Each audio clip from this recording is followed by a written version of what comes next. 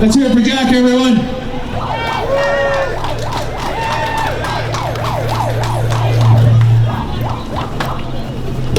I am speaking to the police.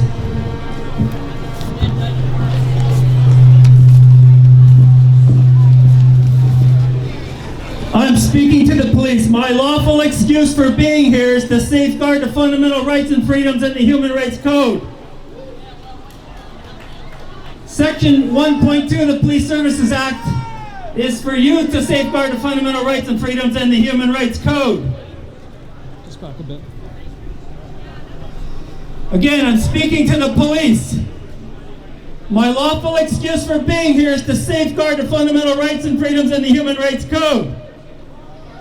I'm asking you to lawfully detain and question and charge the Lieutenant Governor and the Premier with domestic terrorism and hoax regarding terrorism, and I'll tell you right now how and why. Over 30 institutions and offices around the world have been queried through Freedom of Information requests for records containing proof that the alleged SARS-CoV-2 virus in fact exists. It's actually over 40 now. The responses have yielded in total no records. No records. Ontario public health officials have zero legitimate evidence to support their story of a COVID-19 virus, let alone a COVID-19 pandemic. The virus is unproven and purely theoretical. They have committed fraud on a population. The report on the 129-day declaration of emergency did not divulge the criteria and circumstances for the declaration of emergency, nor was it ever divulged under oath to the population at any other point. It can be said that the resources in question in section 7.0.1 bracket 3 subparagraph 2 were staples and paper clips. That's the reason why the emergency. It can be said that. The Lieutenant Governor and Premier failed to disclose sworn records containing proof that the alleged SARS-CoV-2 virus in fact exists. The Lieutenant Governor and Premier never supplied sworn records or sworn proof of the criteria and circumstances for a declaration of emergency, and never disclosed which resources or which circumstances existed in section 7.0.1 bracket 3 subparagraph 2 of the Emergency Management and Civil Protection Act. It is deemed to be a hoax without such sworn under oath demonstrably justified proof required by section 1 of the Canadian Charter of Rights and Freedoms.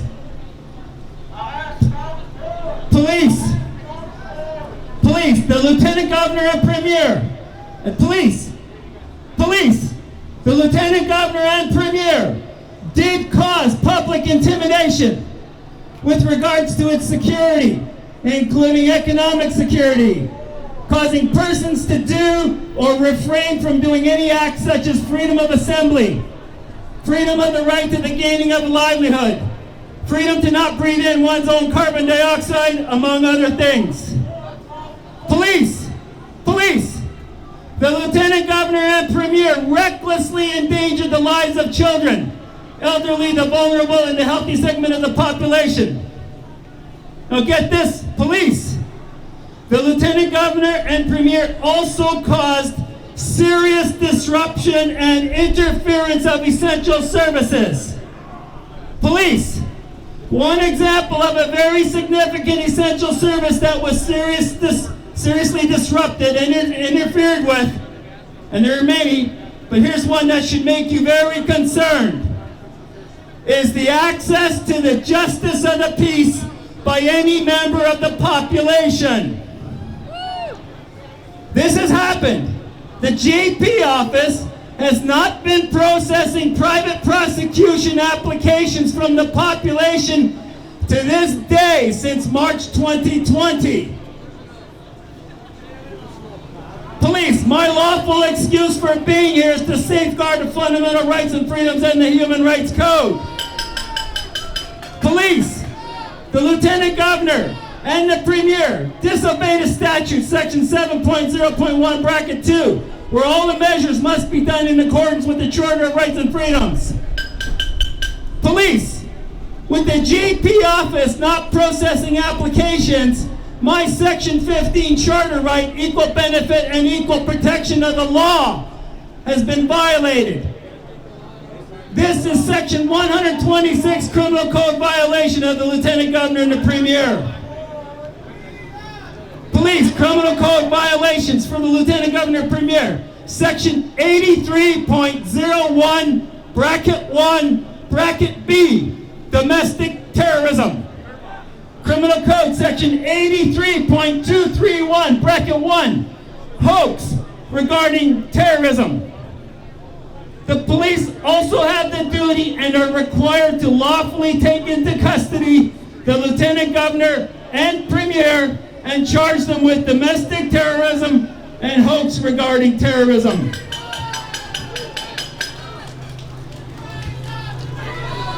I can go on and on and on, but I won't because there's time limits up here.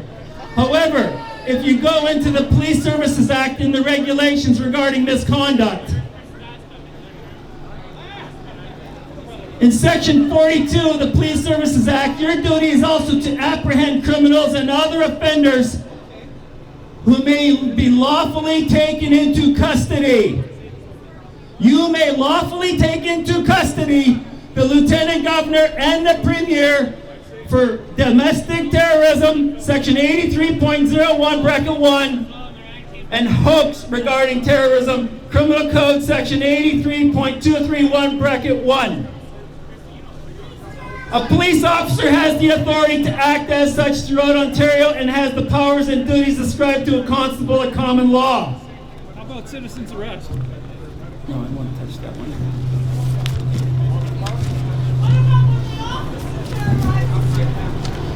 Police, regarding breach of trust, which is Canadian Criminal Code section 122, and I point my fingers at you, unfortunately, for wanting to keep your jobs. Breach of trust involves abusing a position of authority for self-benefit, like keeping your job, and against the interest of the person to whom you owe the duty of trust, which is to the population and safeguarding the fundamental rights and freedoms in the Human Rights Code.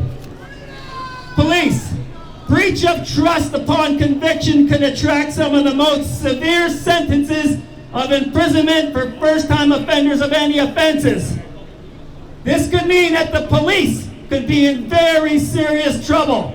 So I ask the police to safeguard the fundamental rights and freedoms in the Human Rights Code and lawfully detain and question and take into custody the Lieutenant Governor and the Premier.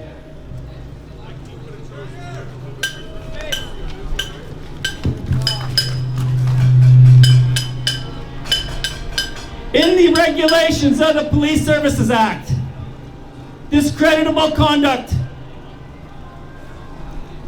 If a superior officer is telling you not to do your job properly, this is oppressive or tyrannical conduct towards an inferior rank.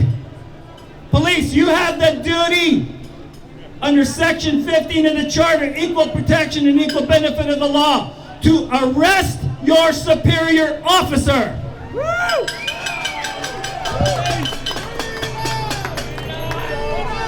Insubordination, without lawful excuse, neglects to carry out any lawful order. Fails when knowing where an offender is to be found to report him or her, to make exertions to bring the offender to justice. You know where the Lieutenant Governor is and you know where the Premier is.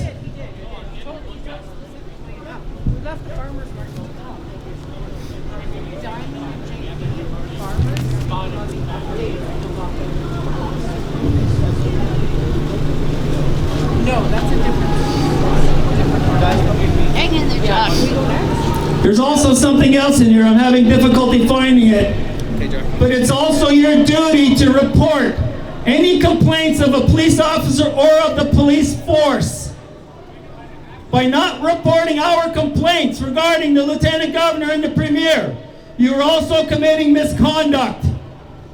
In short, Detain, question, lawfully take into custody the Lieutenant Governor and Premier for domestic terrorism and hoax regarding terrorism.